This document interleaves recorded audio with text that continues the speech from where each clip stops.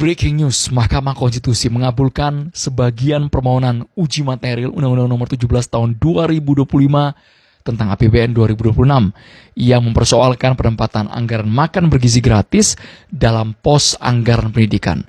Menurut pemohon, anggaran MBG yang memakan dana pendidikan sampai 223 triliun rupiah atau sekitar 29% dari total anggaran pendidikan 769,1 triliun. Hari ini kita kalah. Hari ini kita harus lagi-lagi menelan pil pahit bahwa pemimpin yang kita pilih tidak peduli. Tidak peduli. Tidak peduli terhadap masa depan bangsa ini. Tidak ada urgensi untuk menyatakan sekarang, berhenti sekarang. Sekarang juga berhenti. Berhenti merampok rakyat, berhenti untuk terus pakai bahasa-bahasa hukum yang kami orang miskin tidak paham, yang kami tahu hak kami diambil, yang kami tahu anak-anak tidak punya lagi kemampuan untuk bisa menempuh pendidikan dasar, pendidikan menengah, pendidikan atas, bahkan pendidikan tinggi.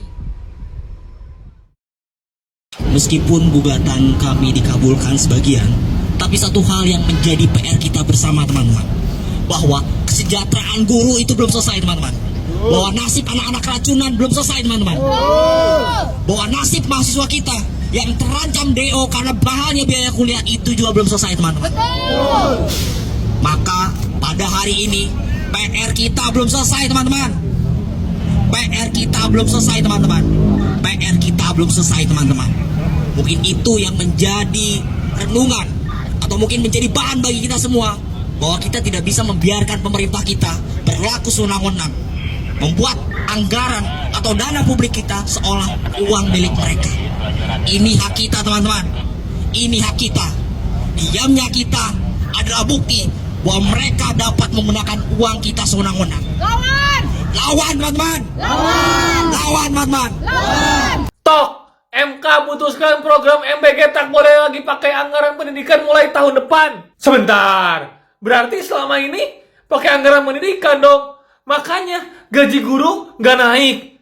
Ya, sekolah-sekolah tidak bisa direnovasi ya. Atap bolong dibiarkan. Jembatan tidak dibangun. Tapi MBG ngalir terus ya. Aduh, sekali lagi ya, prioritasnya itu di mana ya?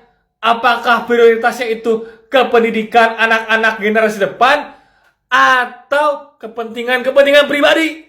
Akhirnya MK memutuskan untuk memisahkan anggaran MBG dari anggaran pendidikan. Jadi memang sebelumnya itu banyak yang protes ya, karena anggaran MBG ini ternyata mengambil porsi dari anggaran pendidikan. Yang mana harusnya anggarannya itu bisa untuk mensejahterakan guru gitu ya. Jadi gaji guru bisa naik gitu ya. Terus sekolah-sekolah yang rusak itu bisa diperbaiki. Dan tunjangan-tunjangan untuk beasiswa bagi siswa yang berprestasi ya. Jadi karena anggaran MBG ini menyerap sangat banyak ya, 300 triliunan ya, yang mana otomatis banyak sekali pos-pos anggaran dari pendidikan itu yang dipotong. Nah, tapi ini semua baru berlaku itu setelah 2027 ya. Jadi sampai 2027 itu anggaran MBG ini masih menyerap dari anggaran pendidikan. Dan kalau nggak salah itu paling lambatnya tahun 2028. Jadi ya kita nggak tahu ya apakah akan dipas-pasin sampai tahun tersebut atau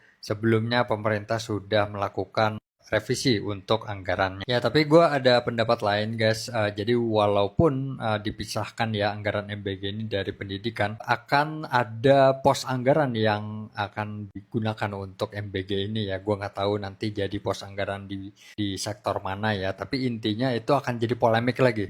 Itu akan jadi protes masyarakat lagi dengan alasan baru. Karena sebenarnya inti permasalahannya itu adalah masyarakat itu kurang setuju anggaran sejumbo itu 300 triliun yang dirasa itu terlalu besar dan dikelola dengan serampangan, banyak sekali korupsi-korupsi di dalamnya, dan efeknya juga banyak yang berpendapat bahwa tidak terlalu berefek. Lagi kita sekarang di persaingan global dan banyak sekali isu-isu di dalam negeri yang harusnya lebih prioritas daripada MBG. Ya itu aja lah dari gua. Kalau kalian mau dapat video eksklusif, kalian bisa langsung aja subscribe guys, oke? Ini dengar lu baik-baik putusan MK yang menyatakan kalau makan bergizi gratis itu konstitusional. Apa lu mau hapus hak konstitusi anak untuk mendapatkan makan bergizi gratis? Dengar baik-baik.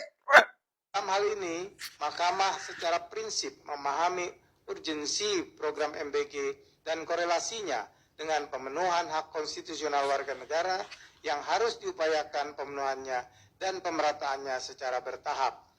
Oleh karena itu, program MBG dalam tujuannya untuk melaksanakan kewajiban negara tersebut adalah konstitusional dan harus didukung oleh anggaran yang memadai. Udah lu follow akun gue biar kagak gocek. Lu ireng. Putusan Mahkamah Konstitusi yang menyatakan anggaran MBG tak boleh lagi menumpang di pos anggaran pendidikan adalah kemenangan akal sehat konstitusi. MK menegaskan hal yang sebetulnya sederhana, frasa memprioritaskan dalam pasal 31 ayat 4 Undang-Undang 1945 berarti anggaran pendidikan adalah pos utama, bukan kotak serbaguna yang bisa dicampur untuk program apapun, sebaik apapun niatnya. Fakta di lapangan membenarkan urgensi putusan ini. Kejaksaan Agung mencatat kerugian negara dari program MBG mencapai 10,5 triliun per tahun. Lengkap dengan rentetan kasus mulai dari penggeledahan ex-pejabat BGN hingga pencurian ribuan ompreng MBG. Ironisnya, dana yang rawan diselewengkan ini diambil dari pos yang seharusnya untuk kesejahteraan guru, perbaikan sekolah rusak, dan pemerataan akses pendidikan. Di titik inilah sikap PDI Perjuangan patut diapresiasi jauh sebelum putusan ini turun.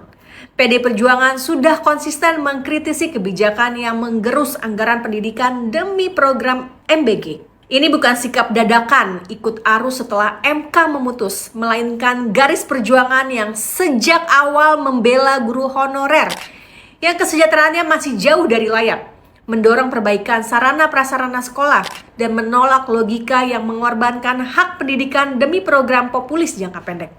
Putusan MK ini pada dasarnya mengafirmasi apa yang selama ini disuarakan PDI Perjuangan. Pendidikan bukan pos yang bisa dikorbankan. Wajar bila publik menaruh harapan agar sikap kritis macam ini terus dijaga. Sebab pengawasan seperti inilah yang pada akhirnya melindungi hak konstitusional generasi muda Indonesia atas pendidikan yang bermutu dan merata. Putusan MK hari ini membuktikan bahwa anggaran pendidikan memang dipangkas untuk makan bergizi gratis. Jadi selama ini para pejabat itu denial, bilang nggak ada kok anggaran pendidikan dipangkas buat MBG, berarti bohong. Apa pertanggungjawabannya? Itu satu. Yang kedua, putusan MK hari ini mengatakan bahwa anggaran pendidikan harus dipisah dari anggaran MBG, alias gak boleh diambil. Dan harusnya negara, presiden, happy dengan putusan ini. Kenapa? Karena sesuai kata Pak Presiden kan ada kebocoran anggaran. Nah ya ini, anggaran kita lagi diselamatkan. Supaya gaji guru yang katanya nggak bisa dinaikin karena kita nggak ada duit, anggarannya bocor, jadi ada duitnya. Karena anggarannya nggak diambil buat MBG, yang MBG juga proyeknya banyak sekali korupsi di dalamnya. Kita sama-sama tahu itu, kepala BG-nya ketangkep, ya kan? Dan kita akan mengatakan sekali lagi teman-teman bahwa negara harus mematuhi putusan MK ini konstitusional. Satu, yang kedua, kita semua niatnya baik. Niatnya adalah memastikan pendidikan kita diprioritaskan dan tidak dialihkan kemana-mana.